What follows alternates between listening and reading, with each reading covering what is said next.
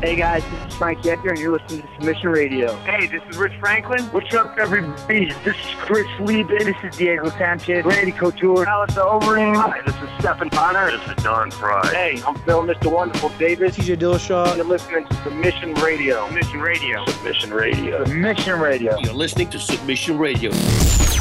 Welcome to Submission Radio, episode 132. It's the 12th of July. Dennis Gradov here with Kasper Rosolowski during a pretty crazy period in MMA. First leg of the McGregor Mayweather press conference is now done. It's in the books, and we'll be breaking it down, among other things, Cass. Yeah, there'll be a breakdown. I'm not going to lie. It's going to be spicy. It's going to be fiery. I don't have a lot of nice things to say, but it's going to be fun nevertheless. We do have some sexy guests this week. Man, I'm really happy with this lineup. We have Tony Ferguson returning to the program. I believe he was actually at the presser, so it's going to be really interesting speaking to Tony Ferguson. We've got Jimi Manuwa for the first time ever on Submission Radio. He's obviously taking on Volkan Ozdemir at UFC 214 in just a short couple of weeks. We've got Jimi Manuwa on the program and talk about that and a whole bunch of other things. We've also got Robert Whittaker. I mean, currently the pride of Australia and New Zealand. We've got him on the program to talk about a whole bunch of things. Well, let's just be honest. One thing, and that is his big win over Yoel Romero at UFC 213 this past weekend. And then, as always, Damon Martin will be joining us on the program to talk a whole bunch of things. The Mayweather-McGregor presser, this Gegard Mousasi thing, and maybe a couple of other things. Yeah, it's going to be an exciting time. Robert Whittaker comes home to Submission Radio. It's going to be great having a chat to him, and love how we were able to get some time with him as well. And like you mentioned, Cass, the Mayweather-McGregor press conference and all that good stuff is now available on the Submission Radio YouTube channel. So you guys can jump on the Submission Radio YouTube channel. If you listen to this, usually through iTunes or Stitcher, the YouTube channel has a lot of great stuff. There's techniques, there's videos, there's coverage from events. Obviously, UFC 214 is coming up, and we'll be doing a lot of coverage on the YouTube channel. So if you haven't subscribed yet, do yourself a favor, jump on, subscribe now so you don't miss any of this exclusive content. That's youtube.com/Submission Radio AU. And of course, if you enjoy listening to this program on iTunes, Stitcher, or anything else, we'd love for you to give us a review. Give us your thoughts on the show. If you enjoy, we love reading them, and it always means a lot to me and Kasper. But without further ado, it's time to kick off the program. And Cass, I believe we have our first guest on the line. You're about to introduce him. All right, guys. Our next guest is on the longest winning streak in lightweight division history. He's the Tough 13 winner, a 3-time Fight of the Night winner, 1-time Knockout of the Night winner, 1-time Submission of the Night winner, and a 3-time Performance of the Night winner. Probably one of the most exciting fighters in UFC history, and he's currently the number 2 ranked lightweight in the UFC. He's, of course, Tony El Cucuy Ferguson, and he joins us back here today. Tony, welcome to the program. What's happening? Thank you, guys. Thank you for having me, man. I just got out of the Mac World Tour. Holy shit, that was a circus, man. It was fucking crazy. What did you think of it, man? Because I'll tell you, there's a bit of criticism going on online about it. The whole thing just kind of didn't make very much sense. It looked like they were doing a debate sometimes because they had to do these speeches behind, the thing, and it wasn't really what fans were expecting. What was it like being there, and what was your thoughts on this first leg of the tour? Well, it wasn't a UFC press conference, that's for sure. You have the media asking you questions. They have intelligent questions. You're going to get good responses from it. What it was like a panel. Dana introduced Conor. It was dope. I mean, the whole stadium was going crazy for Conor. It was absolutely nuts.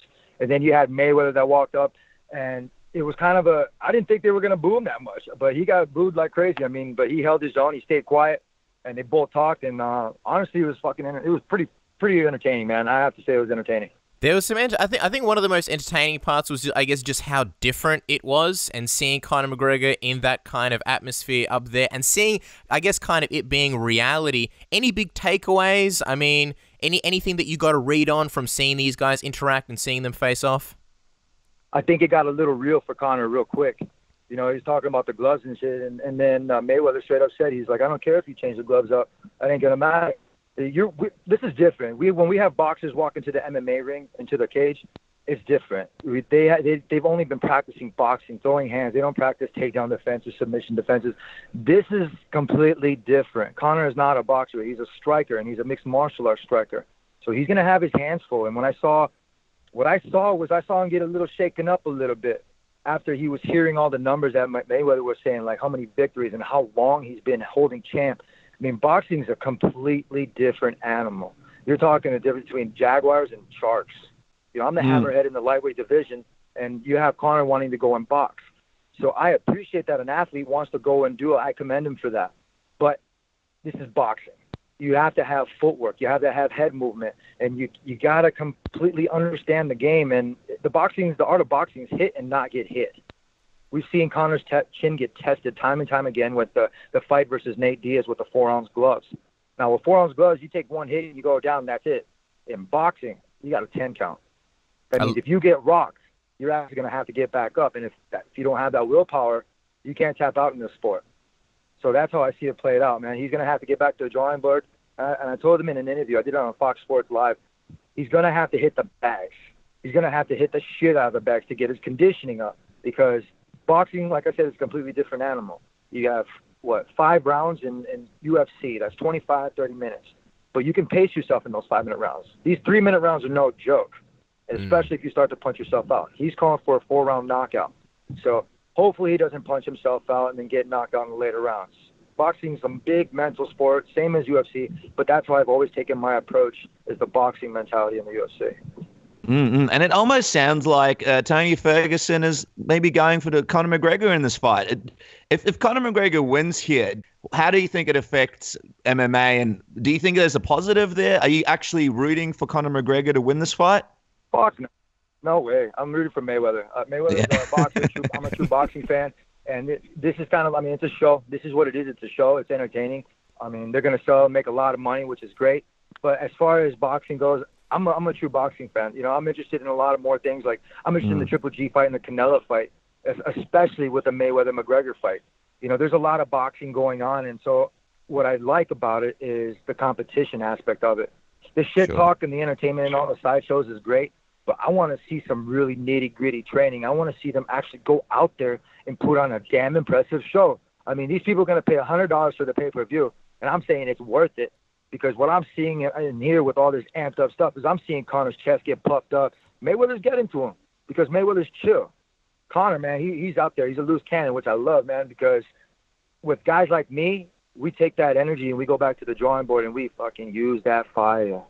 It's like Conor's got the juice right now, but Mayweather has the sauce. The juice only lasts a long time, like a little bit of time in your fridge, man, but the sauce lasts forever. Oh, I like that. And now I'm hungry, Tony. Let's talk about you, because we imagine you're there, you're at the press conference, and you have so many fans over in the LA area. What was that like? Did you have fans coming up to you asking, why isn't it Tony Ferguson versus Conor McGregor? And did Dana White know you were there? Were you sort of a guest of the UFC, or did you just sort of rock up on your own, just wanting to check out the action?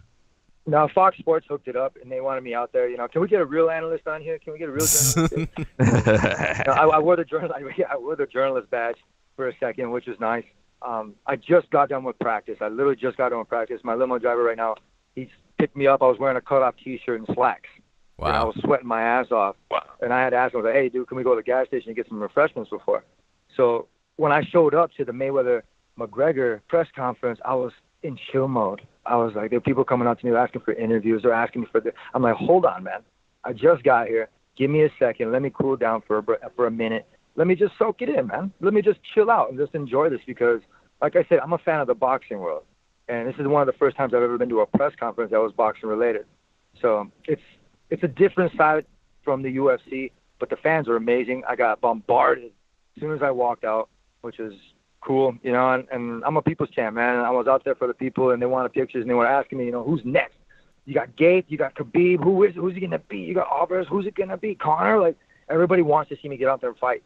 And talent like myself, and I hate to call myself like that. I don't like to talk to myself in the third person, but talent like that should not be sitting on the sidelines. We need to book a fight. We need to get it, and we need that interim belt in my hands. No matter of course. who it is. Let's talk about that, because this is the big question. This is what people want to know. Obviously, Justin Gaethje had a big win against Michael Johnson. It was an exciting fight. A lot of people felt like it's one of their favorite fights of the year, but I know you were there. So what did you think of Justin's performance? And what do you think about his style? Because he has a very risky style, and a lot of people don't believe that with that style, he'll be able to make it all the way up to the top of the division. I was actually at Topgolf when I was watching it. I was in Vegas at Topgolf. And I took my family out. I had a good day with signing for the fans for the UFC fan experience, which is great. So I was like, you know what, I want to go do something fun. So instead of watching the fights, I found myself at Topgolf, but I found myself even watching the fights there. And as our table got up, it was when the first round ended, when Justin was getting rocked.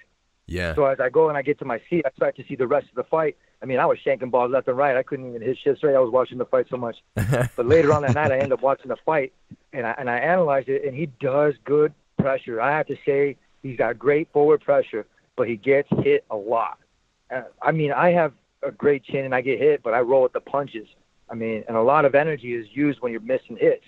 And with Justin, I see him getting frustrated, and I think I can manipulate him inside of the octagon, man, make him my own. And I give him credit for taking on Michael Johnson, but everybody's like, man, Michael Johnson beat you. I'm like, that was fucking like 9 fights ago.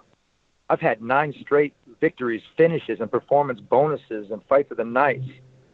You know, everybody's talking about the Landon Venata fight, and I'm like, dude, I felt bad for this kid because I don't want to cut him up like I did Edson Barbosa. Like, you know, I actually have a conscience. I want this kid to go and have a future in mixed martial arts. I don't want to embarrass him. So as you guys saw in the second round, I snapped out of it. My coach was like, hey, man, fucking go in there and do your work. Right, so right. I had to snap out of it because I didn't want to hurt the kid. So I went into the second round. Like, boy didn't even touch me, not one time. So it is what it is. Like, I mean, the close fights, but at the end of the day, it's like, who won? And by how? He got finished. And every single one of my opponents always gets finished. Unless, you know what I mean? They piss me off. And then I make them go the full rounds with me. And then it gets bloody. Surely, if it was you and Justin Gaethje, there's no doubt somebody's getting finished. But is he a guy that's on your radar? He's obviously made a big splash in his UFC debut. Is he a guy that you're interested in because you're sort of at the top of the division? Do you feel like that's a matchup you'd like to take? Well, I mean, honestly, I don't care who they put in front of me. If it's for the interim belt, I tell them to sign on the dotted line. I mean, that's about plain and simple as it goes. But we want to hype up this Justin Gaethje fight. Anderson Silva took one fight in the UFC, and then they gave him a title shot. So it is possible. You know, if Ali Abdelaziz wants to keep talking shit on Twitter and keep doing this stuff and trying to act like a fighter, hey, man, you got 100 clients, and all of your clients are worried about me. You have Team Khabib, and you have Justin Gaethje. I'm waiting for Khabib's bitch ass to get out there and start cutting some weight. I showed him my weight. I've got my weight under control. I walk around at 200 pounds, 205 sometimes. My wife loves me at that weight. But if I can make the weight, you can make the weight. You're just using your weight and going to the hospital as a lame-ass excuse to not get your ass kicked by a Mexican-American fighter that's a fucking phenomenal-ass fighter right now. And I'm on fire. And these guys don't want their asses kicked. I'll take Justin. I don't matter. But there goes Khabib's legacy. I'll take that 24-0. Shit, I'll give him his first loss. No problem. Both and Justin Gaethje. I don't even know what his record is. They both all have undefeated records, but that don't mean shit. I fought the gatekeepers. I fought the people that needed to get me to my spots. When I broke my arm, they shot my record all the way back down to, top 60? Bullshit. I've earned my right to be here, and I've earned my right to say you're not on my level because ultimately they aren't on my level. If you can't cut the weight and you skip out on a fight a day before the fight, you're a bitch. If you go out there and you're going to call me a bitch and, say that I'm trying to be like Conor McGregor, fuck that, dude. I'm telling all these fighters out there, be yourself.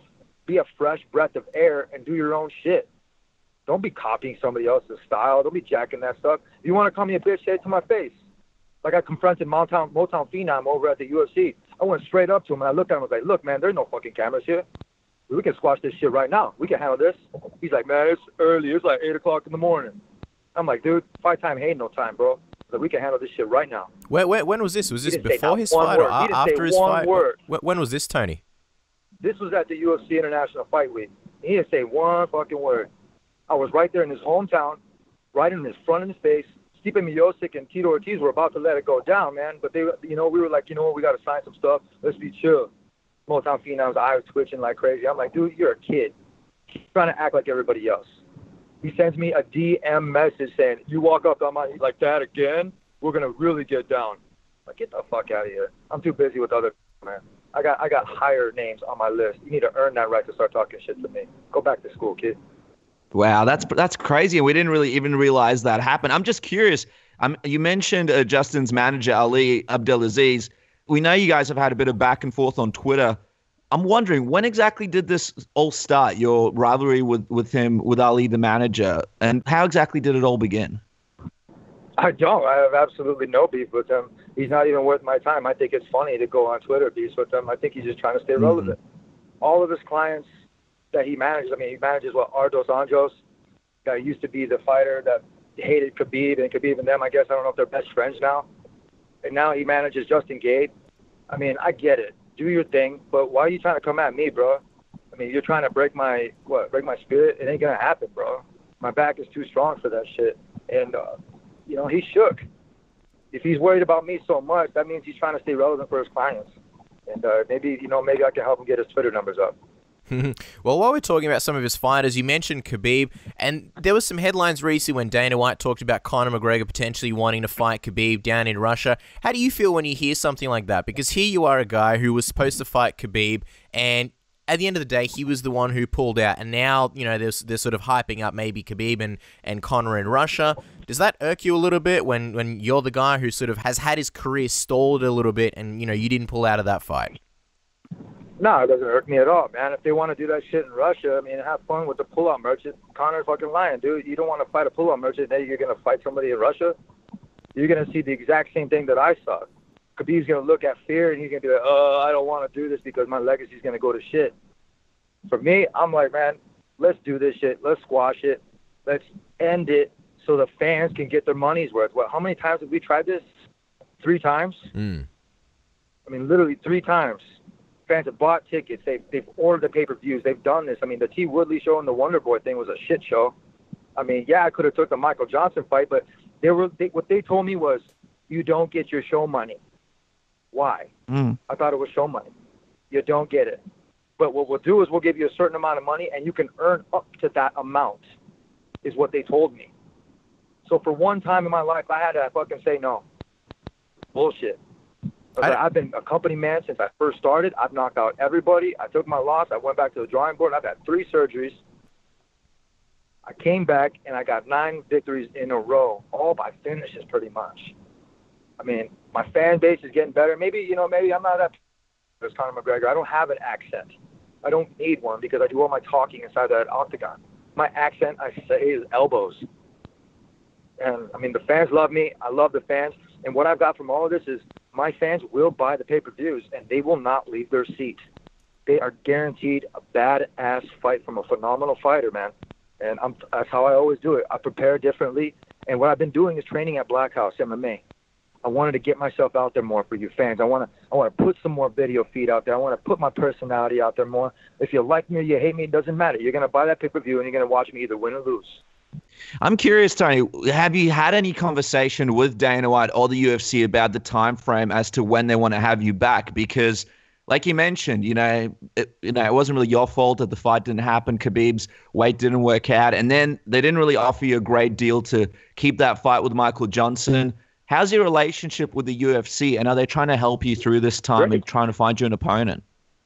That's great, man. I love the UFC. Dana, I talked to him at the fight. I told him it was such a badass fight between Whittaker and Yoel Romero. I was sitting right there, dude, like front center, and I was so amped. I was pissed that the girl fight, fell through. I feel bad for Valentina for that one, man. She went through the same shit that I did, but the main event ended up saving the rest of the spot that fell off.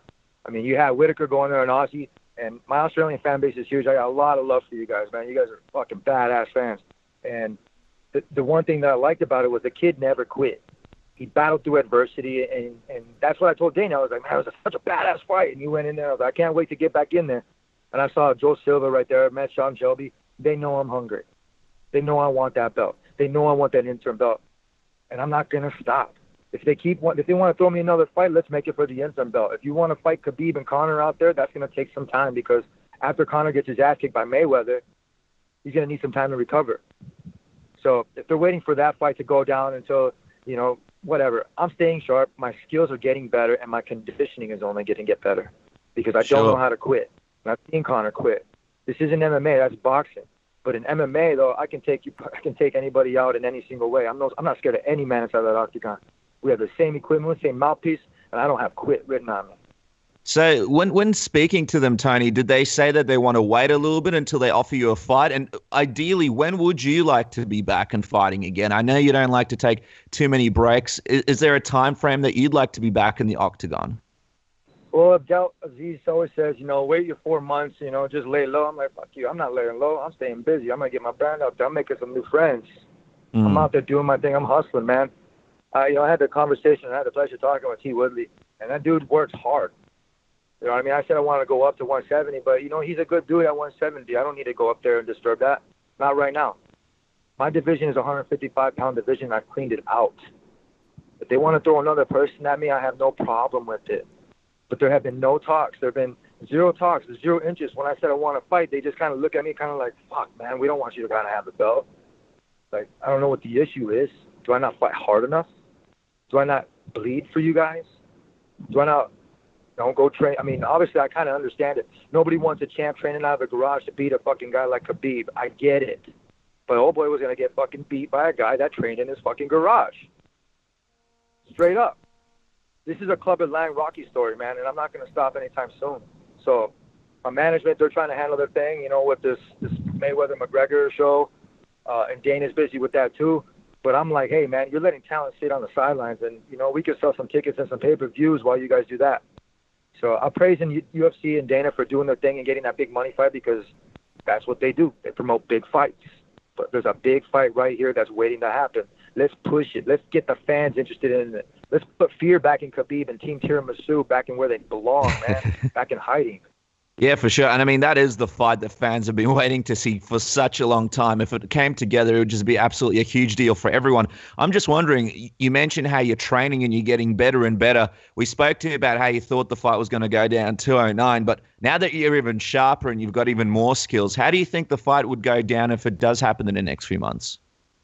I'll hit him so hard his management feels it. I'll send him back to that corner in pain. And I'll make him go the full 5 rounds with me to test out waters with a hammerhead shark. I'll hit him so hard in his stomach. Same thing I said about Conor. These dudes pissed me off. I don't think I want to make them bloody. I just want to demoralize them. I want to hit them so hard in the stomach and the liver that they piss themselves.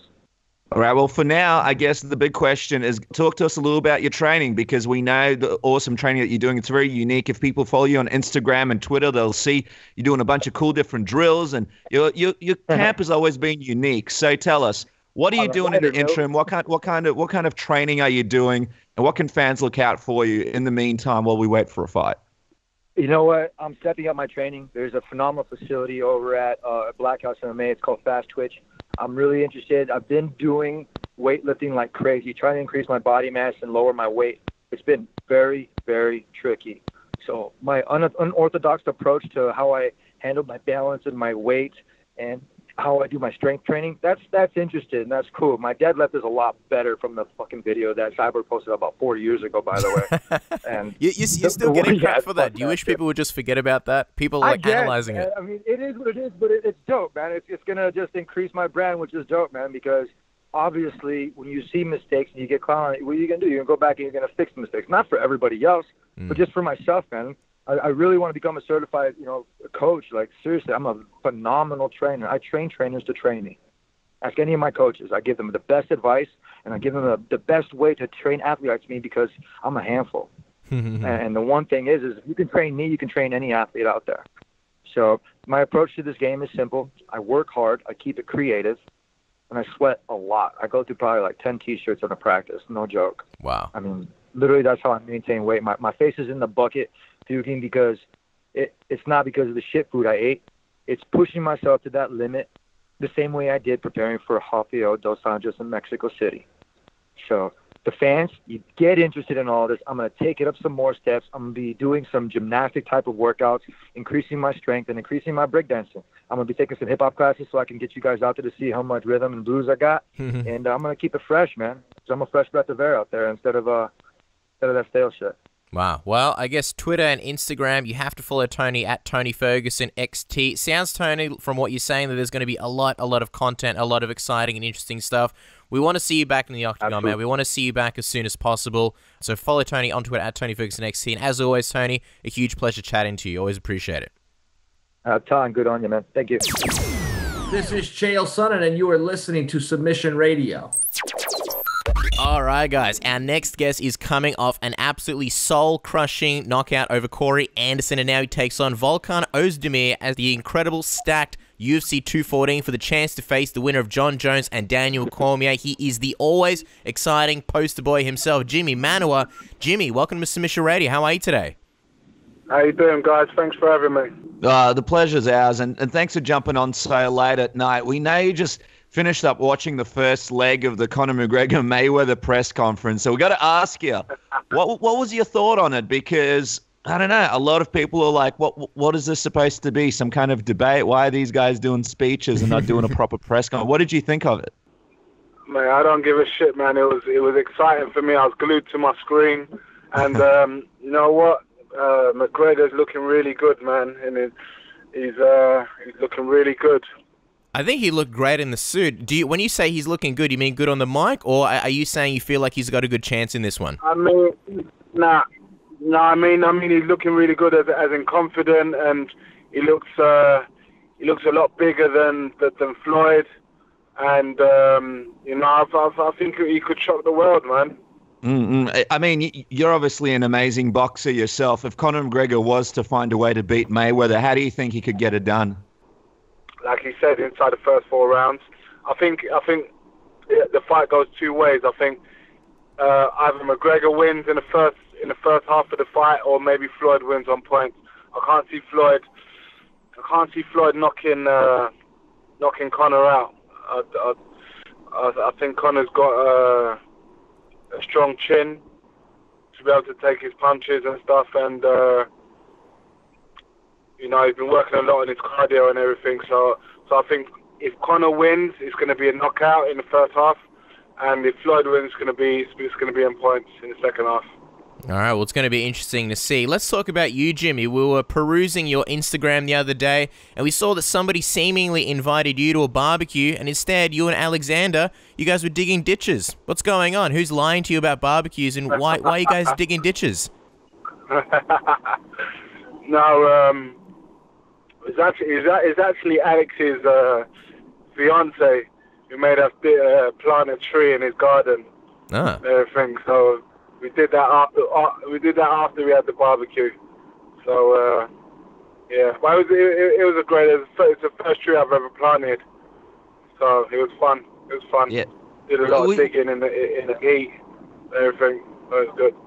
We thought you were digging the ditch for Daniel Cormier, perhaps. We didn't know what was going on. Well, you know, the ditch is the Cormier can fit in that ditch as well. It's a nice round ditch for his round body, so he can fit in it. And then we took about 30 minutes to dig it as well. So I got one waiting for him as well. Oh, wow. I got one waiting for Ozdemir as well. So you know, I got ditches everywhere for everyone. Ditches for the whole light heavyweight division, courtesy of Jimi Manuwa.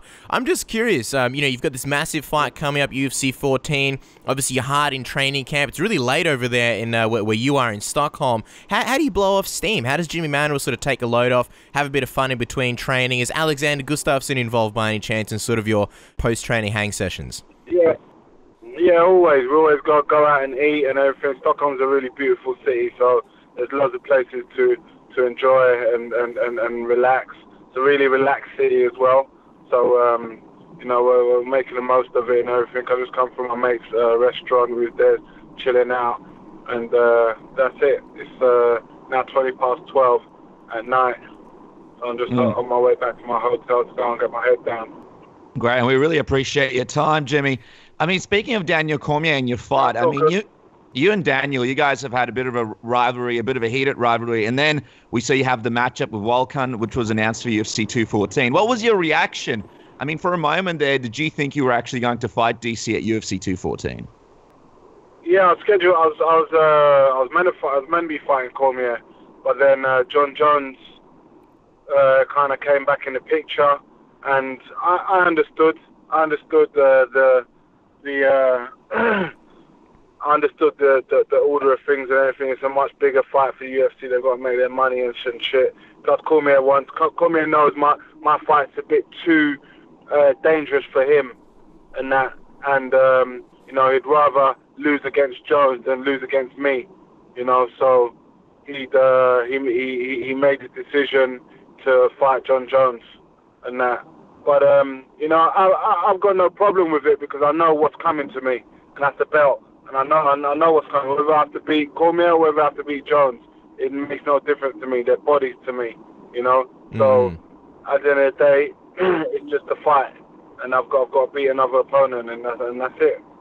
I'm wondering how much you pay attention to this, Jimmy, and sort of how you felt about Cormier recently. He was on the MMA Hour, and he said that he admitted that he was offered a fight with you at UFC 214, but he turned it down because he wanted Jones instead. But he sort of felt that you had no chance. Do you think he's sort of underestimating your abilities in that sense? He has to say that. He has to say that. He's a boring individual, just trying to make himself look interesting and trash talk and everything. Everyone can see he's not a trash talker and everything. So to me, what he says makes no difference to me. I don't even listen to what he says. His voice, his whole being jars the fuck out of me and everything. I hate listening to him talking and shit. So, and he likes to talk a lot. So, you know, it makes no difference to me what he says. We saw an interview with you from a while back where you said you never really have any animosity towards your opponents and that it's all business. Is that still the case with the DC, or has this kind of crossed the line and become a little bit personal for you? No, it's not personal to me. He hasn't said anything personal. It's just trash talk, which he thinks he's good at. But it just sounds corny to me, what he says. So as long as he doesn't get personal to me, it makes no difference to me. Because all he does is fight, trash talk, and then fight, and then hug his opponent after. That's all he does. If you guys were to fight, do you think there'd be a hug afterwards? It depends. It depends on the build-up and how he is. I'm respectful to all my opponents. It's business to me. You know, we've got to fight, and there's no problem after. But it depends on how he is. If he trash talks and everything, I'll see him on site. I'll tell shit on site when I see him, you know. So it depends on him. I've got no problem with anyone. Sure. I mean, you're in an interesting position because you're on the UFC 214 card. And plus to me, I don't have to trash talk to make myself interesting. My fighting is exciting for the fans already. I've got so many knockouts on my record. And fans want to see me. Fans don't want to see boring fighters like him and shit. So he has to make himself look interesting because his fighting is not interesting at all. So that's probably why I trash talk so much. And you're in an interesting position because you're on UFC 214, and people are still looking at it as they're not sure whether or not John Jones will 100% fight or not. We've seen him pull out before for one reason or another. How do you feel about that? Because, you know, you're getting ready to fight Volkan. If John Jones does fall out, is it a strange feeling knowing that, you know, you'd be fighting DC? Do you have to sort of run in training camp with both men in mind just in case John Jones doesn't end up fighting? Yeah, no, DC's not even on my radar right now. Volkan is fully on my radar. He's the target right now. So I'm not even until the UFC says otherwise. I'm not focused on DC. But it doesn't matter who I fight on there. I'll be ready for everyone. We train just because Volkan's a striker or whatever. It's not just striking we do. I'm actually doing more wrestling than striking, and that. I'm just sharpening up my striking skills as always. So I'm doing the same training camp as I would do for anyone, you know. Sure. And I mean, we saw last time when DC was weighing in, there was some controversy around that. There was a towel there. People felt like he used the towel to make weight. If something similar does happen and he isn't able to fight, would you be interested in fighting John Jones over Volkan if the opportunity presented itself for 214? Yeah, 100%. Who wouldn't want to fight the best fighter of all time? John Jones is a brilliant fighter, and I'd love to fight him. I'd love to test my skills against him and everything, and 100%. And I'll be saving the card for not the first time, you know. So I'm always one to never shy away from a fight, and I'll be ready. I'll be ready. But right now, my focus is fully on Ozdemir. Right, so let's talk about Volkan as a fighter. He likes to obviously strike much like you. You know, you got a nice KO win over Misha Serkinov. You mentioned you're working on your wrestling, though. Are you impressed by him? Are you impressed with what he's been able to do in the UFC so far? Volkan will shoot for the takedown. Talk a little bit about your thinking behind that. You believe that in the fight, he won't be looking to strike with you whatsoever? Everybody shoots for the takedown when they fight me. Everybody does. Or they get knocked out. He kind of sort of came out of nowhere a little bit like a dark horse in the division, Jimmy. Did you know much about him prior to his matchup being announced? Yeah, I always keep an eye on the fighters in my division coming up because the division is so that anyone can have a couple of good wins and break through, you know. So, but me, I put my work in in the top 15. I put my work in the top 10, and now I'm ranked number 2. So, you know, I know that I put my work in.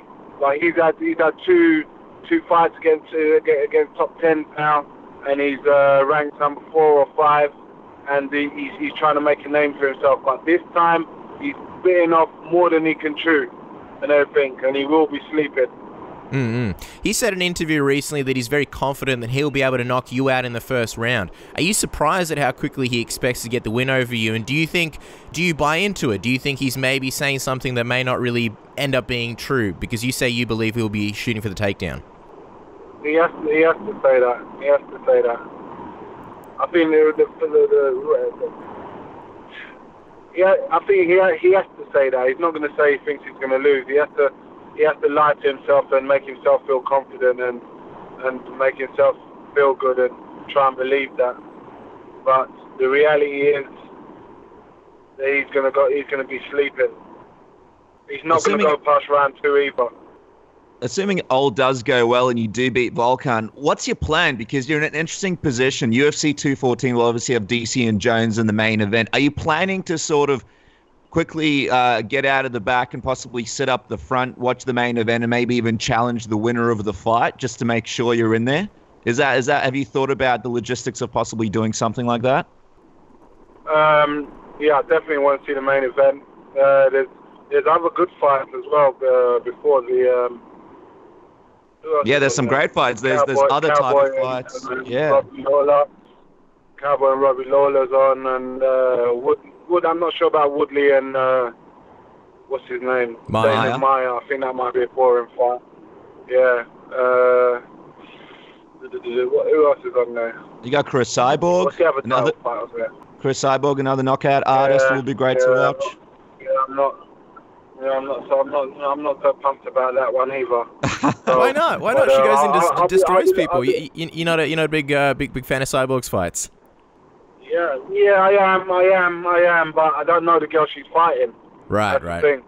If it was against who's the champion in her division? Jermaine Darandami. In her division. Well, the division's new and the champion's Jermaine Darandami, but no longer. Yeah, even if it was against Holly Holm or one of the big names, then maybe I'd be interested about it. But sure. I don't know the girl she's fighting. Sure. But yeah, I'm not too pumped about that one. I like the Robbie Lawler and Cowboy fight and the main event. And obviously my fight, I'll be looking to steal the show anyway and get another bonus, some pocket money for some Gucci. For sure. That's we can't wait to see that fight. We really appreciate time. We're going to let you go in just a moment. I just want to quickly, since we were talking about boxing at the start of the interview, I just want to quickly touch on this potential David Haye fight that you and Haye are both interested in. I mean, you've said that Dana is also interested in it. Where are we at with this fight? If you do win at UFC 214, is there a chance that while DC or John Jones take a break, we may be seeing you taking on David in a potential boxing match? Exactly. The reason why David's not ready till the end of the year, the beginning of next year as well. So I'm cracking on with my career, and I'm going to get another win, maybe even fight for the title before the David Haye fight. Depends how everything plays out.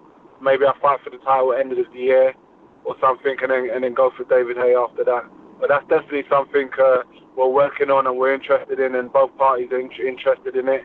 And we're going to try and make that happen as well in London at the O2, and for the English and all the fans that are across the world. Wow, that'd be an amazing card right there in the O2 Arena. I'm just curious because it's sort of, we're in this time now where in the past the UFC wouldn't let their fighters go into boxing, and now obviously with this Conor McGregor Floyd Mayweather fight, it's opened up the doors. Why do you think Dana White, you've said that he's interested, why do you think he's allowing you to sort of do this and he's softened up his stance and this might even happen? Mate, it's all thanks to my it's all thanks to my friend Conor McGregor. He's opened up the doors for these sort of things, and it's a great thing for us athletes to be able to follow in his footsteps and make these things happen. It shows that anything can happen as long as everyone makes it happen, So David Haye wants it, I want it, Dana wants it, and everything. So it can happen. I mean, it would be an amazing boxing match. Just quickly on that, if you guys did get in there and had the match, how do you see yourself beating Haye? Is there a certain round? Is there a certain way that you believe you'd beat him? Have you thought about the boxing match much? I mean, it'd be a huge event for all the fans over in Europe and all over the world. David Haye has not got a chin. Yeah, David Haye's a good boxer. He was a good boxer, but now he's too into his good lifestyle and looking good and stuff. He's not ready for a war and everything. I've been active, I've been in the trenches, and I'm an absolute dog when it comes to fighting and everything. Especially with 10-ounce gloves, he's not going to be ready for a war. I'm going to drag him into. He's going to be trying to play the looking good game and slipping and ducking and weaving and everything. I'm going to put it right on him, meet him in the center, and have a shootout with him and everything, and his chin's not going to hold up. Wow. You're in an amazing position, Jimmy. You got obviously so many fights on the card. You got Volkan, you've got potentially John Jones or DC, and then even David Haye somewhere on the horizon. As we let you go, circling back to your fight against Volkan at UFC 214, the man that you're most focused on, how do you see yourself getting done? What is the official prediction? How are you beating Volkan Ozdemir at UFC 214 to claim the next title shot, Jimmy? Volkan will not get out of... He'll be lucky to get out of round one.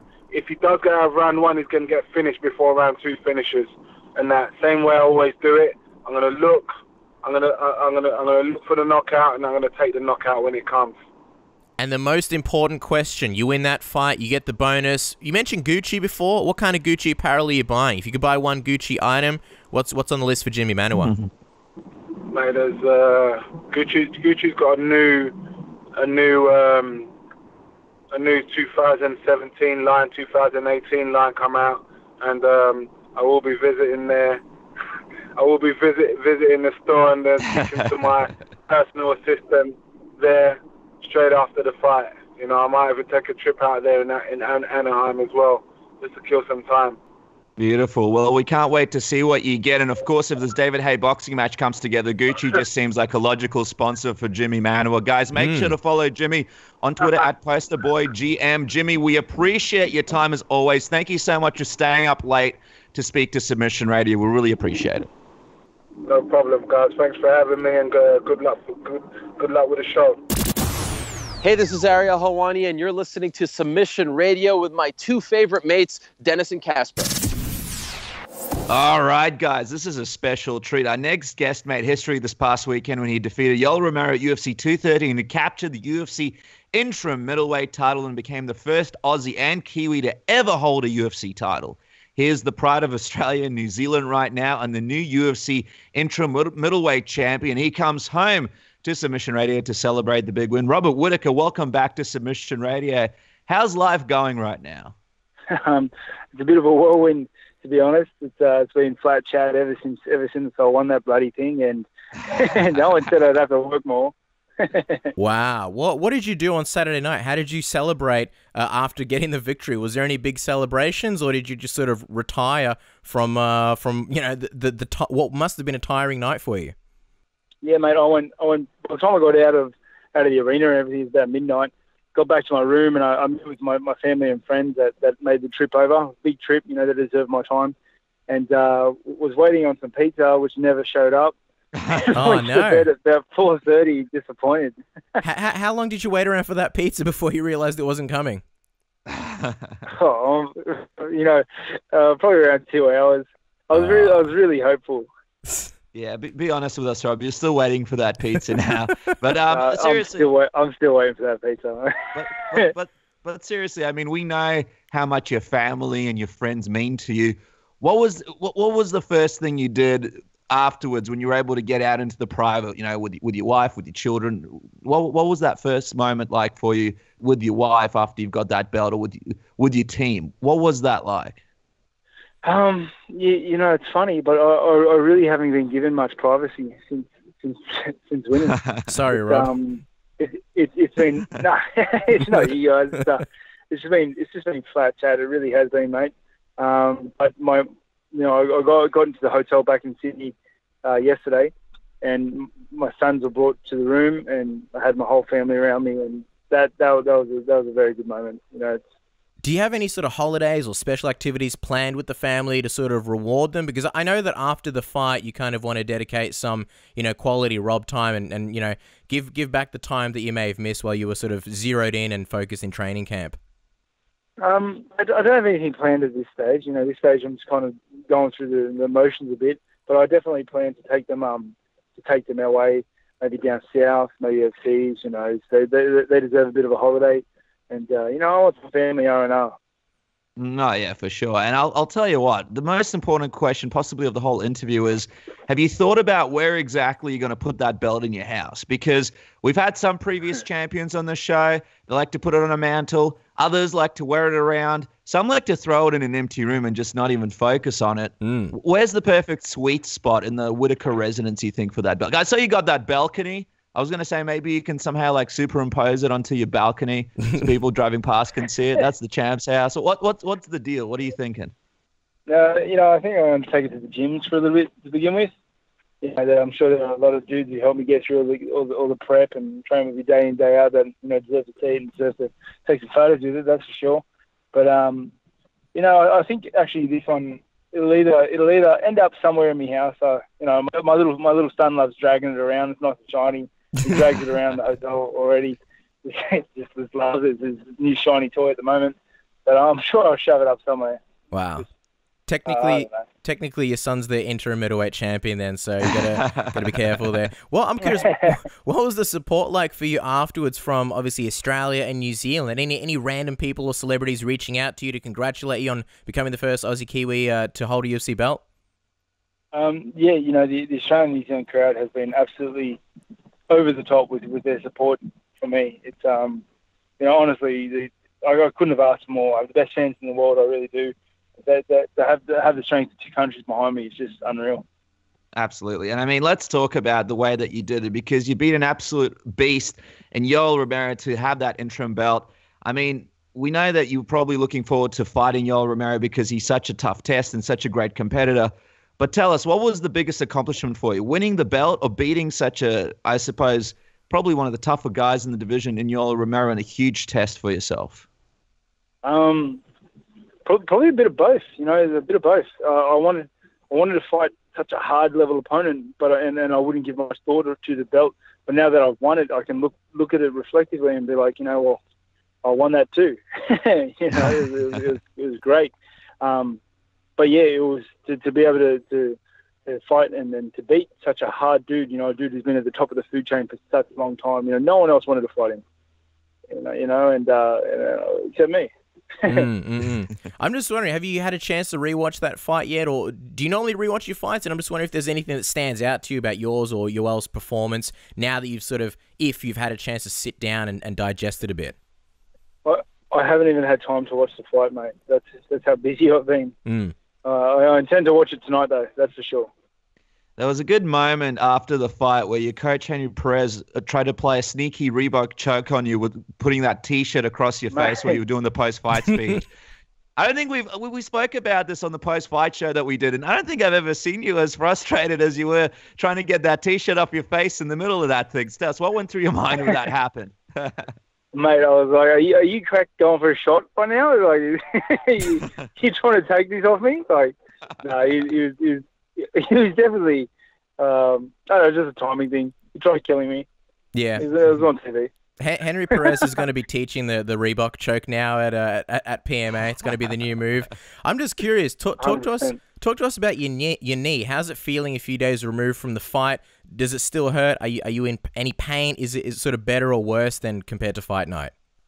No, it's injured. I just got a brace on it at the moment. I've got to go get some scans done, and I've got to look after my body. My body got me through a lot so far. I went back to back with some hard fights, with some dangerous fighters, and I need to look after it. Otherwise, it won't look after me.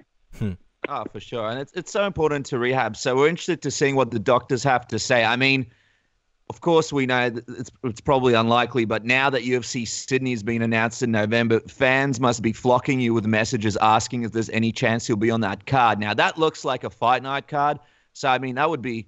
Even if you were healthy, we doubt the UFC will put you on it. But is there any chance at all you'd be a part of that card in November?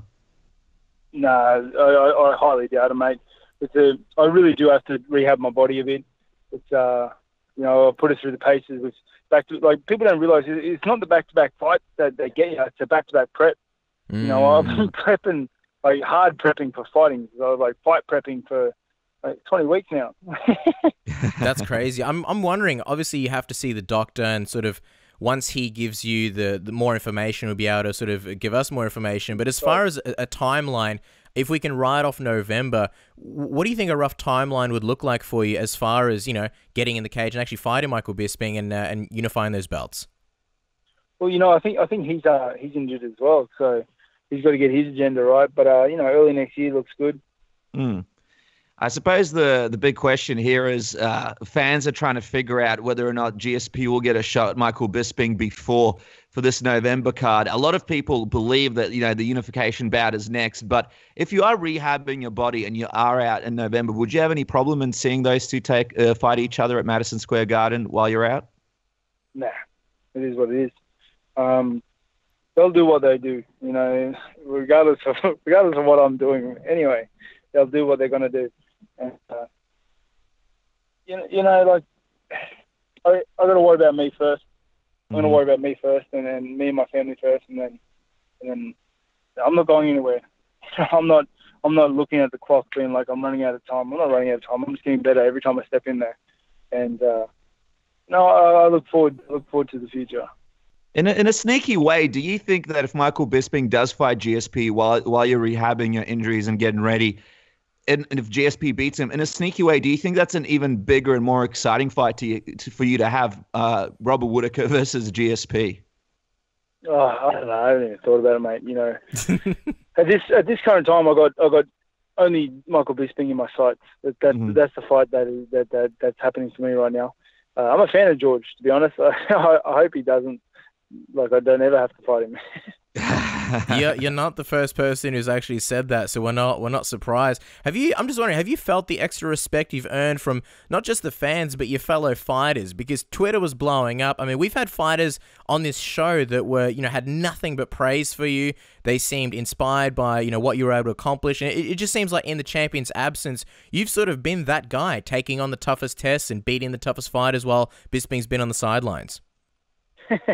Yeah, well, mate, if you want to be champ, you got to be champ when you're brushing your teeth. You got to be champ when you wake up in the morning. And I want to set that role model. I want to be a role model. A role model my kids can be proud of one day. I want to be a role model for other people, for other people's kids, for other adults. And I'm doing that one step at a time. Talk to us a little bit about that moment after the fight where Bisping walks in there. And for a moment there, you can tell that he doesn't really have much against you, but then he remembers, oh, well, I got to sell this fight, and he starts going into his Bisping tirade. What was going through your head? And were you tempted at all to pick up that title that he threw down and put it on your shoulder and take it back to Australia with you? No, I was, he's just being him, mate. He can be him. He's just being a bit of a goose. I've nothing against the fella. He hasn't done anything to me that's too bad. That little tirade he went on is probably the worst thing. And I didn't care. I just want to fight. I was tired. I did my job, and and I don't think our fight needs selling. You know, if me and him are going to fight, he's got two whole countries that are going to get behind it. Of course. I mean, let's be honest, Rob. You know it. We know it. We know that Bisping's going to try and sell this fight. You know that, from here on out, he's going to say more things. He's going to sort of try and engage you in trash talk. And you've made it clear that you're only going to be yourself. But do you feel any pressure to sort of sell this fight and engage him? Or do you think that you'll make it point to not engage him in any trash talk, regardless of what he says or what he says about sort of belittling the interim belt? Oh, mate, I can only be me. I'm not big on trash talk. I'm not big on retaliating people. I'm so underground. Like, I don't follow Twitter too much. I don't know what's going on. I don't know half the trash talk he's talking to you, whether it's directed at me or anyone else. I'm just doing my thing. I'm doing my thing. I've got a lot of things on outside of that world. So, what he does is not my concern.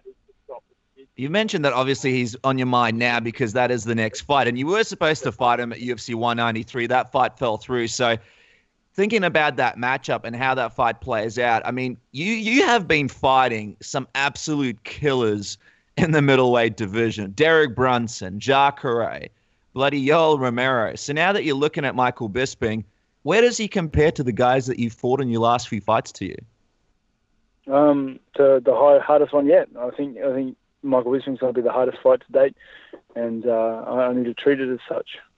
But do you actually believe that, or are you just trying to say that to yourself to stay motivated and sharp for the fight? Because in his last fight against Dan Henderson, people were a little bit disappointed with his performance, but the fight before that, he shocked the world by beating Luke Rockhold. So people aren't really sure what kind of Bisping shows up.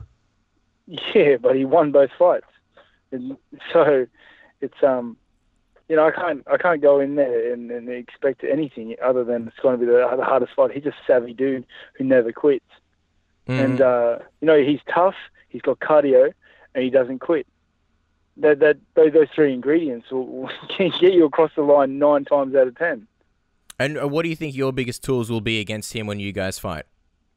Oh, when we get in there, I'm gonna be hungry. I have great hands. I have knockout power, and I'm going to have cardio. And, that together is a great recipe as well. I feel like older fans want me to ask this question, so I'm going to go ahead and do it. When it does come down to you guys planning this, big pay-per-view that you'll be fighting on, will you try and approach the UFC about possibly fighting in Australia and New Zealand and getting that title unified over here? Or do you think that's something that you'll approach them about once you become the undisputed champion? No, 100%. I would love to fight here. I would love to bring the fight here. Even Dana White has hinted at that, perhaps. And I think it'd be great. I think it'd be sold out in a heartbeat, and the pay-per-views would be through the roof. Well, speaking of Dana White, I mean, we spoke to Dana White back at UFC 193, and he was already a big fan of yours. He's always talked about how great you are and how much he enjoys watching your fights. Did you have a moment to speak to him at all after winning the interim belt? We imagine he'd be very proud of you and what you've achieved. Yeah, no, he's very happy with me, and I appreciate all his support and work. He just believed in me.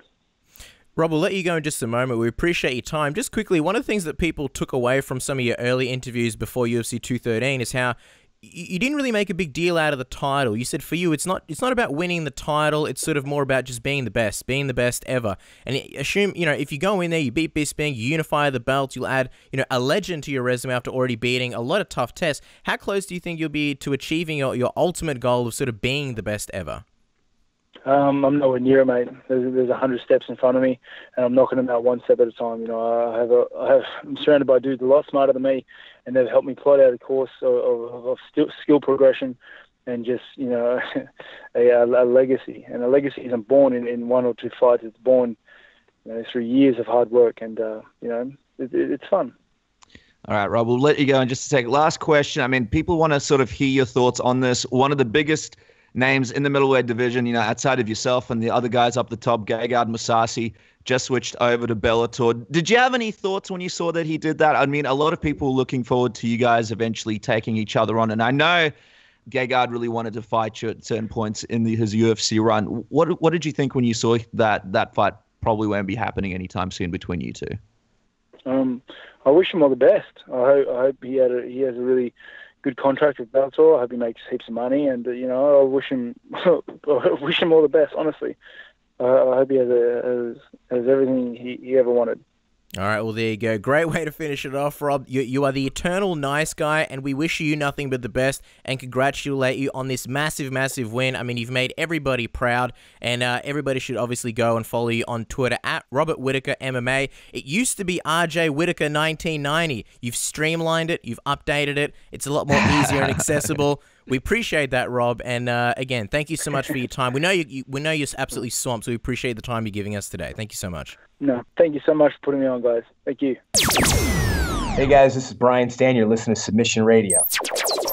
All right, guys, history was made with the first leg of the Conor McGregor Mayweather press conference going down in LA. And joining us here on the program is a friend of the show. You've known him from his multiple appearances. He was on last week, who couldn't deny ourselves. Had to get him back on this week to break down the craziness that was the McGregor Mayweather press conference. Damon Martin, welcome back to Submission Radio. It's good to have you, man. Oh, thanks for having me. As always, 2 weeks in a row. I'm honored. I do appreciate it. It's a very special 2 weeks. I mean, I don't know if it happens very often, Damon. So, I mean, I think at this point, you're more than just, one of our side people. You're a main dime piece at this stage.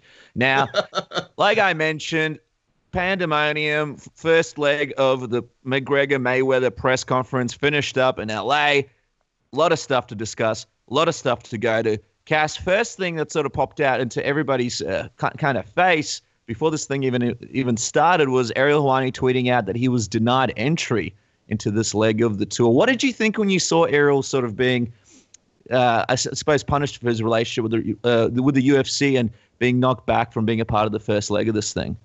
Yeah, it's a crazy situation. I don't understand the logic behind it. I mean, you look on MMA Fighting and you see they have videos, so it appears that E. Casey Layden and Esther Lynn were there. I could be wrong. I think Esther Lynn's working for Showtime, but for some reason, this just seems more like a big fuck you to Ariel. I can't see the logic behind it. As far as MMA websites go, MMA Fighting is obviously one of the biggest websites out there. Why? I mean, I'll be honest. We got accreditation, and we're not even nearly as big an outlet as MMA Fighting or a lot of the other ones. So the fact that Ariel, of all people, got his credentials taken away from him, it can't be anything more than personal. One thing that's confusing about it is that Ariel has been covering, obviously, UFC events for a very long time. Even after the infamous UFC 199 incident, he was there at UFC 200 and pretty much every big show since. So I don't understand why they would pull his credentials for this one, for the LA one of all of them. I mean, I've heard that he's still credentialed for the New York one. I don't know whether that's still going to be a case. What do you think about this situation, Damon? As a journalist, we're not journalists, you are. You would know the situation a lot better in terms of, I guess, the gravity of it. What do you make of everything?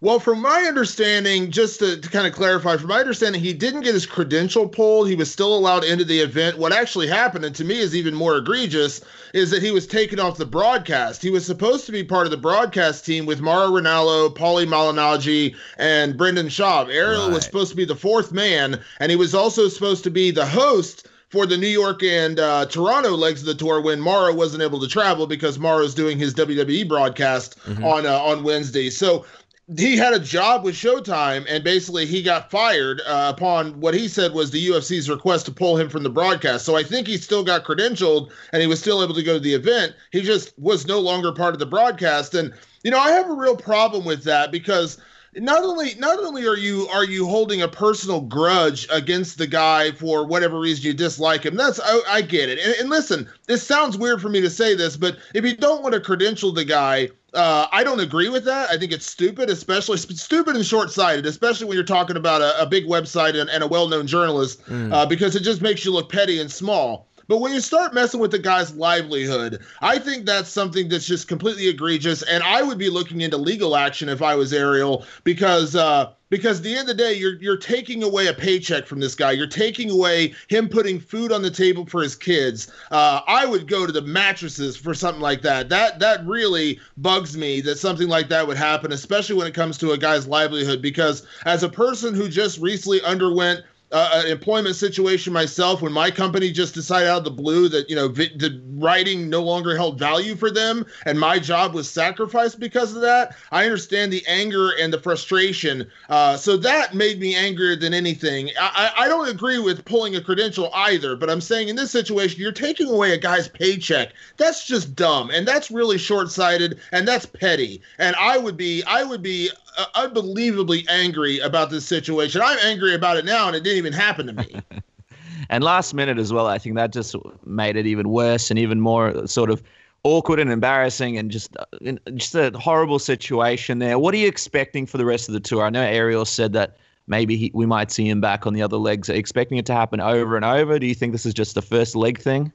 I think from just my reading of his tweets, and maybe I'm misreading them, but I think he's pulled off of all the broadcasts. He'll still be there as like a journalist. He'll still be there covering the events, which means he can ask questions or whatever else he could do backstage. But I just don't think he's going to be hosting anymore. I think that basically meant he was off the Showtime broadcast for the rest of this tour. And it's like I said, it's just unfortunate because it's petty and it just doesn't make sense. Why? I just don't get it. Like I said, if you didn't want him to get hired in the first place, fine. You have those conversations backstage and it never gets to this point. And Showtime doesn't hire him. Okay, that's happened. I get that. I'm not even saying that's right, but I'm saying if you're gonna do it, but don't let them hire the guy. Do a press release. I put out the news yesterday on Twitter, and then all of a sudden, the day he shows up, you somehow decide that he needs to get fired. I don't agree with that whatsoever. Do you think that part of it was a sort of act of humiliation, like that was the purpose? Because if they did it a while ago, then nobody would have known. Nobody would have known that, he got denied or somebody at Showtime or the UFC said, no, we don't want you for the gig. But instead, it seems like a bit of a ploy where everybody knows, it's made public, and then publicly, obviously they pull him, and now everybody knows that he got pulled, and it's another story. And I guess the other thing that's sort of unprofessional about it, I'm not saying that this is gonna, like with UFC 199, the fact that Ariel got pulled, it was almost a bigger story than the actual pay-per-view, than Michael Bisping, beating Luke Rockhold. That's not going to happen in this situation because of, obviously, McGregor and Mayweather. But do you think this is kind of, the UFC sort of shooting themselves in the foot unnecessarily, just creating bad press for no reason, and creating, a stupid distraction, as little as it is, that's really unnecessary at times. This should be a happy day. This should be people celebrating, if you like the fight or whatever, that it's actually happened, and then here we are. Do you think this is sort of a ploy to humiliate him publicly, Damon? Maybe, and that's another problem in and of itself, is because when you get to that point of like disliking a guy or not wanting the guy around, it's just like I just don't understand the pettiness of it all. That's the problem. You know what I mean? Like, listen, there are going to be, I'm sure that listen, we've seen it in the United States with what Donald Trump is doing right now as president, kind of singling out members of the press and kind of vilifying them. And I think it's absolutely wrong and it's terrible. And a lot of that is what's happening right here is you're vilifying a guy. And I get it, okay, you don't like him and you don't like the way he's reported and you don't have a good relationship with him. I get it. I'm not saying this is right, so don't take this as me justifying it. But if you don't like the guy and you're going to credential him, don't let him ask questions at the presser. I mean, they control who gets the microphones. You don't give him that camera time at press conferences when he stands up and everyone kind of cheers his name and things like that. If you want to control that narrative, as petty as that is, I guess that's what you can do.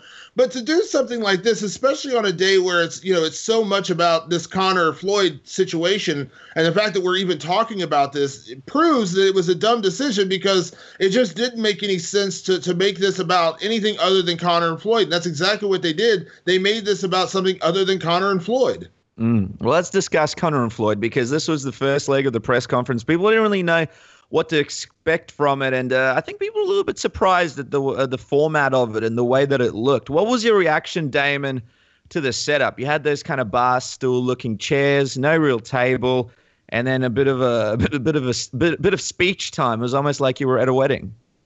Yeah, it wasn't a press conference really. It was literally just like basically 4 or 5 guys giving speeches, and that was it. And it was really odd. They had Conor come out on stage. and just kind of stand there for like 5 minutes. And they kind of started playing his walkout music, and then they stopped, and then they played it again. And then when they were introducing him, the mic wasn't working. You couldn't even hear them introduce Conor. And then you had Floyd, who had this big entourage come out. I mean, it was a very pro-Floyd press conference. And again, I know we're spoiled because, you know, we as MMA guys, when you look at a UFC press conference or Bellator or any of the other organizations out there, we're used to a certain style of press conference where it's questions and answers, a little bit of back and forth, you know, kind of makes it interesting, kind of makes it fun to watch. And this wasn't that at all. And everyone's saying that, you know, Floyd got the better of Conor. I wouldn't disagree based on what they said to each other, but I thought, like, okay, they give their little opening speeches. I've seen that before. And then I thought they'd sit down and answer some questions from the media, and you get some back and forth. But after Floyd got done with his like 10-minute tirade of chanting to the crowd and, you know, basically, you know, calling Conor a bitch for 10 minutes straight, then they just ended it. I was like, what is going on? Like, this is the most bizarre. Like, if I waited in line, if I was one of those like 15,000 people or whatever that waited in line for that, and I basically sat in the Staples Center for 2.5 hours, and that was the press conference I got, I'd be asking for a refund, and the tickets were free. Yeah.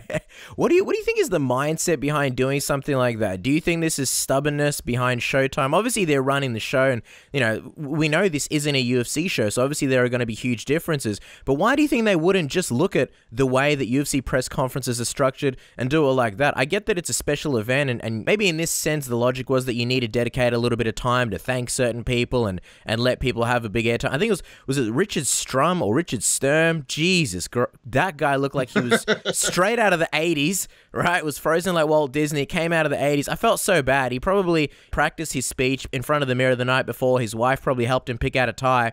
And then he came out talking about the arena, and everybody just wants to hear Floyd. Everybody's expecting this epic trash talk. It's what we've been expecting for weeks and weeks and weeks. And instead we get this. And I think the other bizarre situation was that, you know, with Conor McGregor, I've never seen him so put on the spot, so unprepared. He was like a deer in the headlights. And I mean, he handled it well, but I thought, what's going on with this speech? He seems so off his game. And then he revealed that, oh, I didn't know that I was going to be doing a speech, which just seems a little bit bizarre. You would think this is such a huge show, somebody would have told him, hey, Conor, we're going to get you out.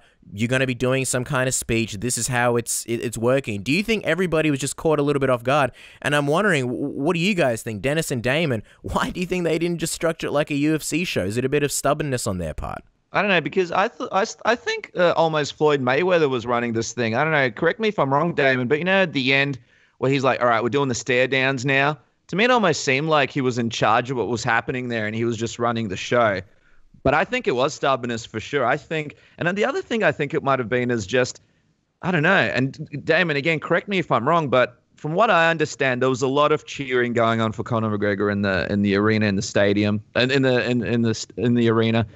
Listening on TV and watching online, you did get that, but apparently it wasn't anywhere as loud. A lot of people are starting to claim that, oh, hey, there were different issues, audio issues that sort of prevent people from really realizing how much support Conor McGregor had. Do you think could this really be Floyd Mayweather sort of trying to take away some of Conor McGregor's cheers and try to make this press conference more pro Mayweather rather than giving McGregor a chance to destroy him on the mic?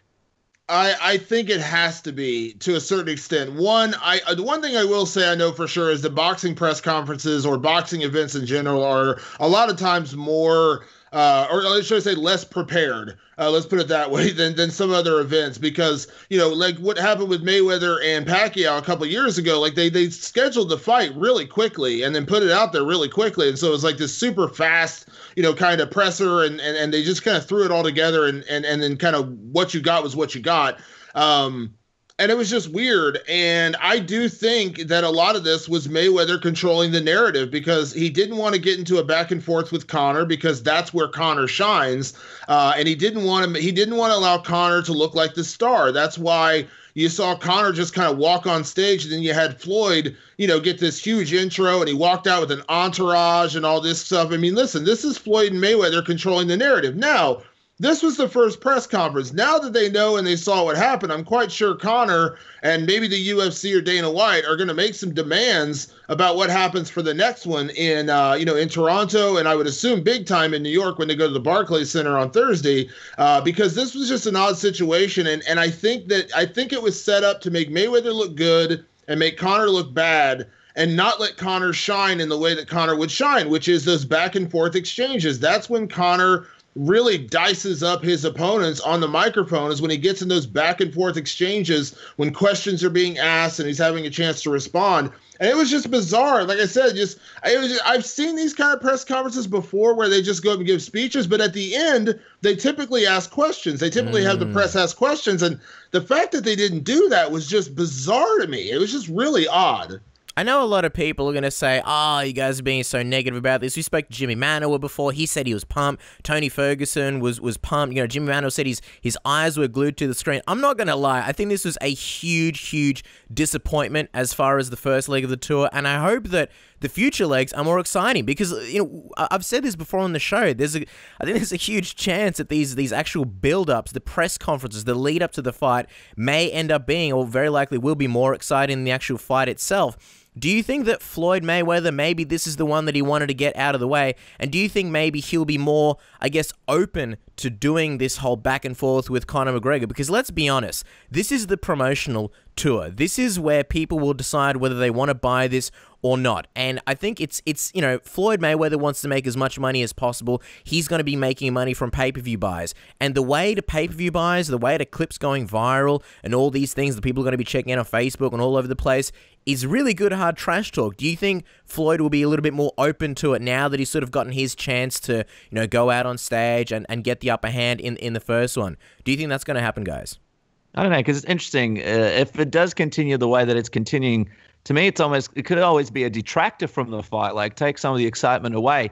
Especially in this one, when they did this stare down, I felt like it kind of went nowhere. And both guys just kind of standing in front of each other and nothing was happening. And they're standing in front of each other for a really long time. No one really stepped in. And then, I don't know, it just wasn't what people thought it was. And it just seemed a bit awkward and weird and kind of took away some of that excitement. So in these next legs, and that's the other thing I was thinking. I mean, you'd think Mayweather might think about switching up, because in the next legs, what exactly are they going to say? Like, what are they going to do? They already sort of announced the fight. Are they going to do the same thing? Are they going to announce Mayweather and McGregor and do this speech thing again? I mean, could you imagine that? What are they going to say doing these speeches? It's not a WWE house show where you can go around doing the same shtick. People are going to be checking out every leg of the tour, so you got to do something different. But how different can it get if the format stays the same? I don't know. What do you think, Damon?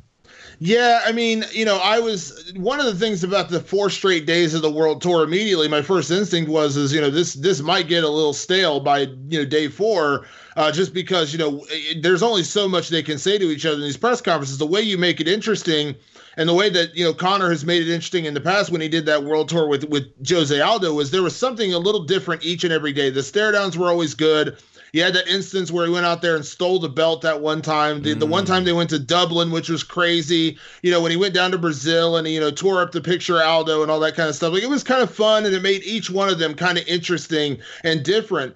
If this is what it ends up being, if it just ends up being, you know, these guys showing up in these cities and giving speeches, I mean, I think people are going to get tired about it real quick. Because that, like, I actually commented to somebody about this right afterwards when I watched it. Now there were some interesting things afterwards. They did a press conference afterwards, and Conor got into it with Floyd's father, which was hilarious. I mean, they were backstage and Conor was answering questions from the media, and Floyd's father showed up, and then they started shouting at each other back and forth, and Conor was laughing and having a good time with it. And that was better than the press conference of them just shouting back and forth at each other. So that was interesting. But as far as the presser goes, I told somebody earlier, I'm glad I wasn't there. It sounded like it was just a mess and no one really knew what was happening. And then just for it to be that, like, I don't know. It just doesn't, you know, like it's like watching a UFC post-fight press conference and just sitting there and watching it, which is fine. But if I'm going to be there, I want to ask questions. I want to, you know, interact. I want to have a chance to, you know, kind of talk to these guys. And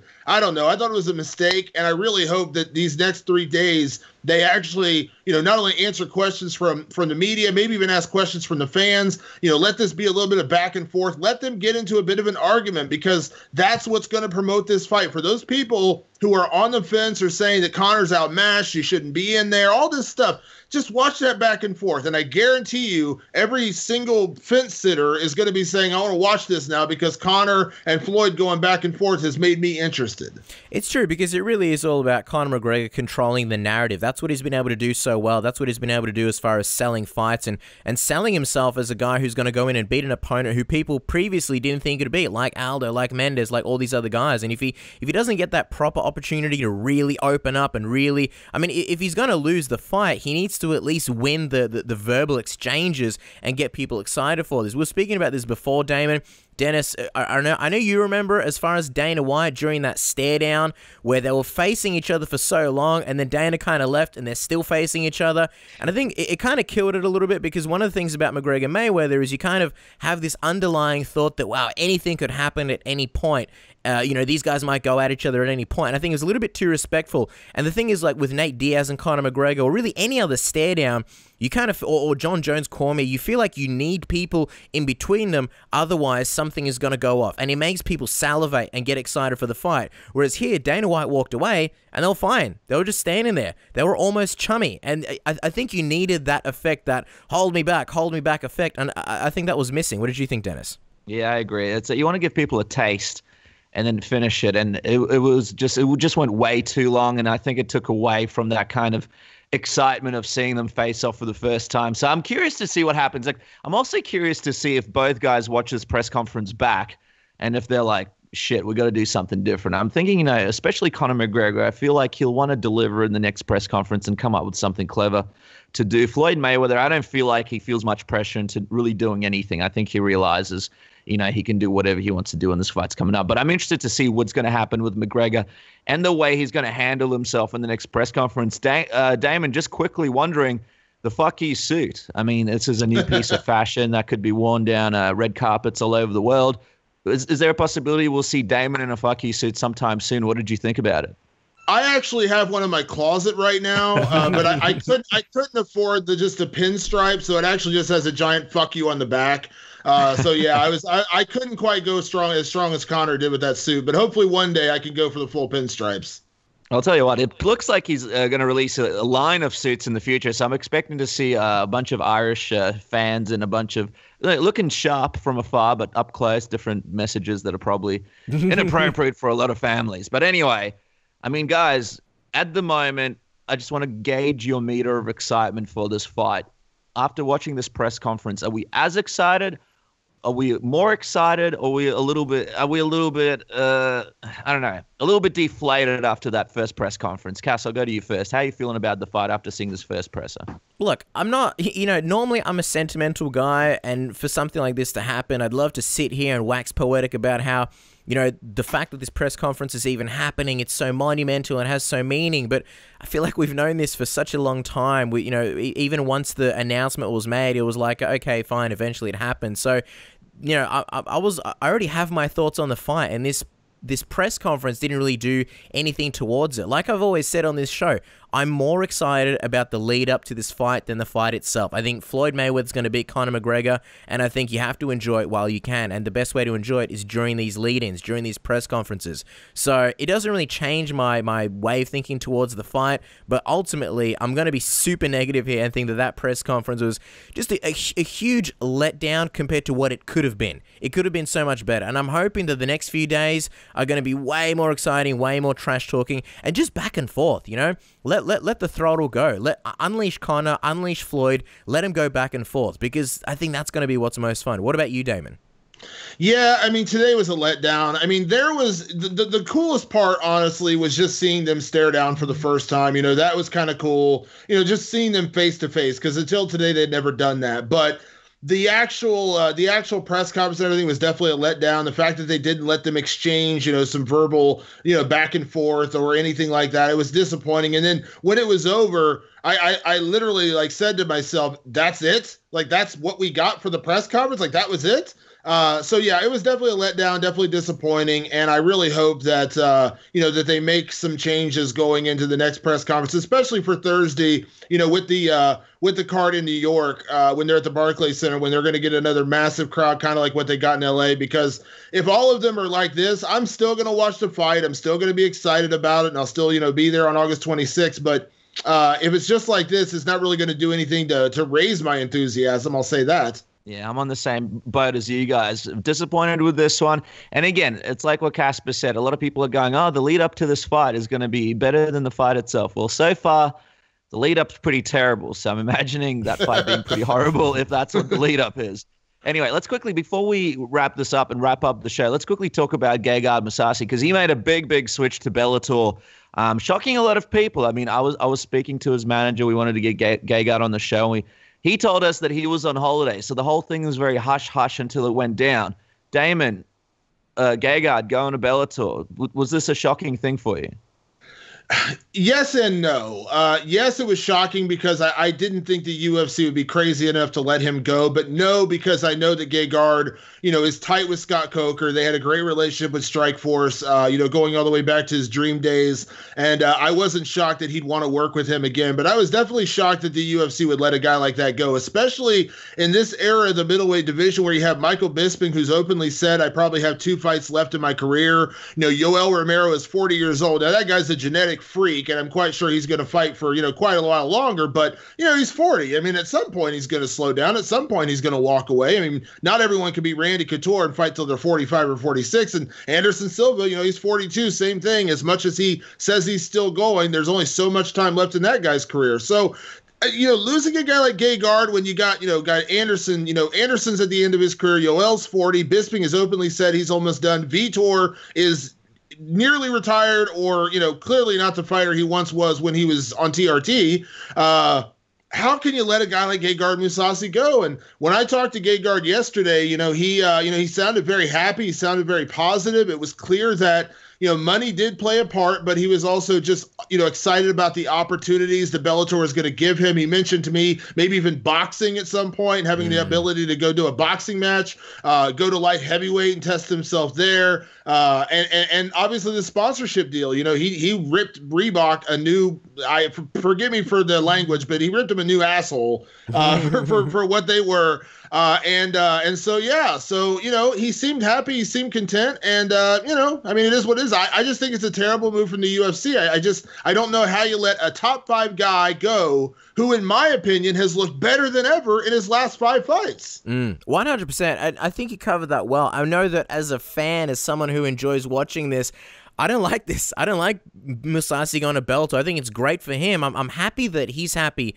But as a product, I think it hurts the UFC because, like you mentioned, they let a top guy get away. And it's becoming less and less true that all of the best fighters are fighting in the UFC. The last few years, you see these lists pop up every now and then, and it's like the top fighters who aren't in the UFC. And you're almost scraping the barrel, like you always have, the Ben Askrens and other guys. But now, like with Rory McDonald, Benson Henderson and Gegard Mousasi, it's less and less about you really have the best, the best of the best in the UFC. And I think it's just a huge shame. I don't want to, as a fan, I don't want to sit here theorizing about what a potential fight between Rockhold and Mousasi would look like, or what a potential fight between Whittaker and Mousasi would look like, or even Bisping and Mousasi. And now you kind of have to. Now you're relegated to having these discussions of fantasy matchups because the UFC is clearly letting the best guys, or some of the best guys, go to other organizations like Bellator. And look, guys like, say, Benson Henderson, I think Rory McDonald had a really good chance of potentially still becoming champion. I don't think the curtain was closed at all. He already beat Tyron Woodley.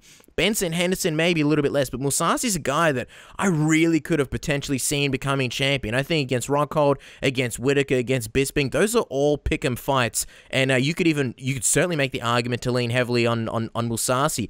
And I don't like this attitude that the UFC is employing, where it's basically, if you're not a marquee star, if you're not already a draw, then we can afford to lose you. And I'm kind of wondering when will that seriously start hurting him, when divisions are sort of, I don't want to say lacking, but you've just got this huge discrepancy as far as a lot of the top guys in other organizations, and you can no longer look at, certain divisions in the UFC and say all the best fighters in that division are in the UFC. What did you make of it, Dennis?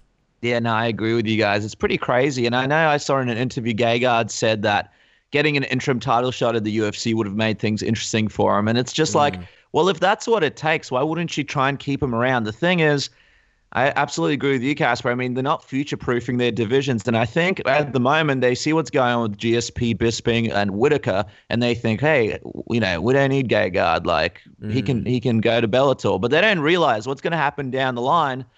And I think also their head's a little bit too much in this whole Conor McGregor-Floyd Mayweather thing. I think they're back in the whole way of thinking of, hey, Conor McGregor will probably come back after this Floyd Mayweather fight.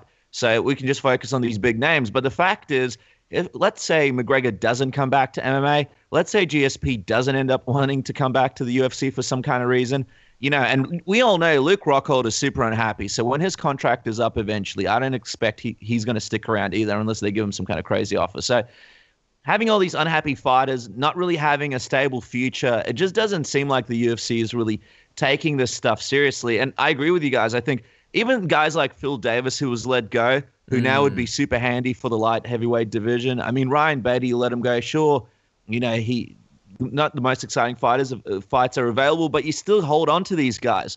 You need these guys. It's so hard to find these guys, and they're going to find themselves in this really tough position, especially if Conor McGregor and GSP never decide to come back to the UFC, where they're going to be scratching their heads figuring out what they're going to do. Especially, let's not forget this, Michael Bisping, he's probably at the tail end of his career. So who knows how long he'll be in middleweight as well. And if Michael Bisping goes, all of a sudden the middleweight division doesn't seem as packed as it once was, and especially with Gegard gone now as well. All that plus Gegard, delivers good, exciting fights. So the whole thing is crazy. Damon, as we wrap up, just final question. Scott Coker, I mean, he came out, he said he's going to be going after all the big free agents. Before, people kind of laughed at him, didn't really know what was going to happen with Bellator, but now that Gegard is there, are you starting to sort of believe in this whole thing that Scott Coker and Bellator may actually be able to build up a roster over the next year or so that is actually pretty impressive? Yeah, I think so. I mean, listen, I said this the other day. They're not going to compete with the UFC, long term in terms of, they're not going to start beating the UFC and, having more coverage and better ratings all the way around and things like that. But what they can do is continue to focus on their television product on Spike, or eventually when it becomes the Paramount Network, to continue to grow and do things like that. They can put on bigger fights on television than the UFC can, because the UFC has to put most of their biggest assets on pay-per-view. And I think that's going to be even bigger now because they're losing, they've lost so many, quality fighters over the last couple of years that the roster is a little thinner now as far as who they can put on pay-per-view. And especially if Conor's not around, we know Ronda's not going to be around. John Jones is back, but listen, I mean, I love John Jones. He's the greatest fighter of all time, in my opinion, but we can't exactly say he's been consistent as far as fighting and being able to fight. Daniel Cormier is coming near the end of his career, I imagine, especially if he can find a way to beat John Jones on July 29th. So you have to start looking at the future. And I think, Bellator has made some smart moves. I mean, yes, they're getting the last little bit of gas out of the tank of guys like Chael Sonnen and Vanderlei Silva. But, Rory McDonald's he was one fight removed from one of the greatest fights of all time, and maybe a couple punches removed from beating Robbie Lawler and becoming champion. You got, Lorenz Larkin. Yes, he came up short in his welterweight debut in Bellator, but he's still a super talented guy. And then you get Gegard Mousasi, who's the number 5 guy in the world, maybe arguably even better than that. And you just sacrifice a guy like that. I think Bellator is making smart moves. They're making considerate, moves for their future. And I think we're going to see more of this. I think what you said about Luke Rockhold is absolutely accurate. And I think Luke has maybe 4 fights left on his deal, so it might be harder for him to leave. But I just heard a story the other day of another, I can't say the name because I'd be revealing who it came from, but there was another a top 5 fighter in the UFC who tried to get out of their contract to go to Bellator. Wow, that's crazy. I just heard this, and that didn't happen, so that's why I'm not revealing who it was. But there is a top 5 fighter in the UFC who asked out of their contract. Now, it didn't happen. The UFC wouldn't allow him to do it, but they wanted out of their contract so they could go to Bellator. So this is not a small thing. This is going to continue to fester and grow. And just without revealing who that was, is this sort of is this saga over? Is that you're not going to Bellator and that's final, or is this something that is still ongoing and may play out a little bit soon? No, it's done now. They're not going to do it. They the things kind of worked out for themselves. But I know for a fact that this happened, that somebody wanted out of their deal so they could go to Bellator. So I think this is interesting to see how these next 6 months to a year are going to play out, especially with the atmosphere at the UFC right now, where Conor is not a sure thing. Ronda's gone. John Jones is probably the biggest star they have on the roster currently. Obviously outside of Conor. And again, he's been kind of inconsistent, and John has been a solid draw, but he's not been quite a Conor or Ronda draw. So I think this is all big stuff, and it's going to be interesting to see what they do over this next year to not only shore up the guys who are going to help build, continue to get in ratings and get pay-per-views, but don't forget, UFC has a big television contract coming up in the next year and a half. They have till September to negotiate with Fox on an exclusive deal. If September comes and goes, then at that point it's open season. But that's, they're going to have to make a deal with somebody, be it, Fox or NBC or CBS or maybe Netflix, from what I'm hearing. Amazon may be in the race for this. But any of those people who want to get a deal with the UFC are going to want assurances that they're going to get ratings, that they're going to get people to watch the show. And that means that they may have to guarantee a couple title fights. They may have to guarantee, hey, we're going to give you, a card with, maybe, they're not going to get John Jones or Conor McGregor, but, maybe they say, hey, you're going to get, a big headlining fight. You're going to get a featherweight title fighter. You're going to get Jose Aldo's next fight, or someone that's, typically a pay-per-view guy to go on TV. So these are all very interesting times for the UFC right now. And just one more thing, as we let you go, Damon, just because we're greedy, sort of talking about the UFC, I mean, Gegard said the UFC's mindset is basically become champion and then we'll pay you. And I mean, these sentiments, they've been echoed by Benson Henderson, Bader, Rory McDonald and others. Do you think the UFC and their structure and basis for rewarding fighters monetarily is essentially deeply flawed and a breeding ground for discontent, considering that, only a tiny fraction of fighters will ever be a UFC champion? The system's not designed for everybody to become a champion, and therefore, if only the champion is being paid well, then everybody else is essentially running a fool's errand, and statistically, they're never going to reach that goal, whereas Bellator, it seems like it's rewarding their fighters more handsomely, even if they aren't champion. Do you think this is just a breeding ground for discontent if their attitude really is become champion and then we'll pay you? And it's something that they need to sort of fix before, at the moment, it's kind of like a trickle with all these fighters leaving, that, fighter that you mentioned before wanting to leave. Do you think it's something they need to fix quickly before that trickle becomes a leak and it becomes an even bigger problem? Yeah, I mean, it absolutely can. I think the two things that are hurting the UFC right now is that the UFC sale, seeing that the UFC was sold for $4 billion, I think that woke up a lot of managers and a lot of fighters to say, look, you just sold this organization for $4 billion. Now you're telling me that I can't get $100,000 for my next fight? Things like that are going to play a part. That's a big deal. And fighters under contract are going to start paying attention to that. And, I think the other part of it is there's a legit option out there. So when you get these guys angry about Reebok, angry about not having sponsors, angry about not being able to get the paycheck that they want or that they feel they deserve, especially a guy like, let's say a guy like Gegard Mousasi, who is a veteran. He's been around the sport. You kind of feel like he's put in his dues and he's worth, some decent money. Or even a Rory McDonald, who, had put in work, had a ton of great fights, was a title contender, and one of the only faces you had left in Canada.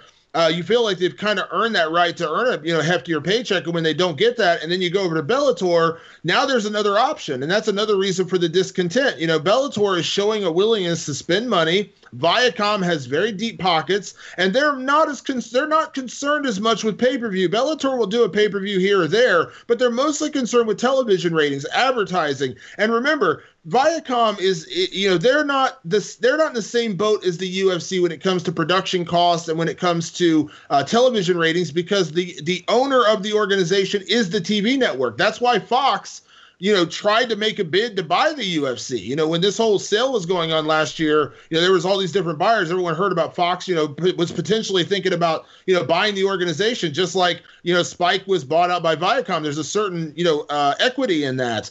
And I think that people are seeing that there's a viable option out there besides the UFC. The Reebok deal is not helping anybody. The non-sponsorships is, that's not helping anybody. And I think that's just, I think it's just breeding discontent right now. And then you see a guy like Gegard Mousasi, who is a high value free agent who, Dana White said at that press conference, we'll get a deal done. We'll figure it out. You know what I mean? And it didn't. They didn't figure it out. They couldn't sign him. They couldn't keep him. That's a big deal. Yeah, wow. It's just a crazy time right now in the sport. Again, Damon, thank you so much for coming on. Guys, you can check out Damon Martin at Damon Martin on Twitter. Just quickly for everybody listening right now, Damon, what's coming out that they've got to keep an eye open for? Because we know you're across a few different outlets. You're over at Flow Combat doing some great things there. What's something that people need to look out for? Well, I'll be talking tomorrow, actually. I'll be putting out a feature later this week with the light heavyweight champ of the world, Daniel Cormier. I'm going to speak to him this week. I got the new Fight Society podcast is coming out this week. Myself and my co-host, Jeremy Loper, we break down some of this Mayweather-McGregor madness. We also talk about the Gegard Mousasi situation. I'll be dropping an interview this week with Jesse Taylor, who's just coming off a big win at the Ultimate Fighter finale. And then yesterday, I dropped a piece on Flow Combat with Gegard Mousasi talking about his entire situation with Reebok. You can kind of read exactly what he had to say about this whole Reebok situation and how much that played into his decision to go to Bellator. And that was a great chat. So everybody needs to check that out. Make sure to follow Damon on Twitter. It's the best way to keep in touch with all of his great work. Damon, thanks again. And we want to thank everybody else for being on the program today. A big thank you to Robert Whittaker, Jimi Manuwa, Tony Ferguson, and all you guys for tuning in. I mean, it's been a great episode. We're excited to see what happened with this crazy Conor McGregor, Floyd Mayweather press conference. Just a quick reminder to everybody, you can jump on the Submission Radio YouTube channel, youtube.com/Submission Radio AU, and check out some of the content from there. We've got the press conference up from the LA leg already, so go check it out. And with that, we'll catch you guys next week. Thanks for tuning in.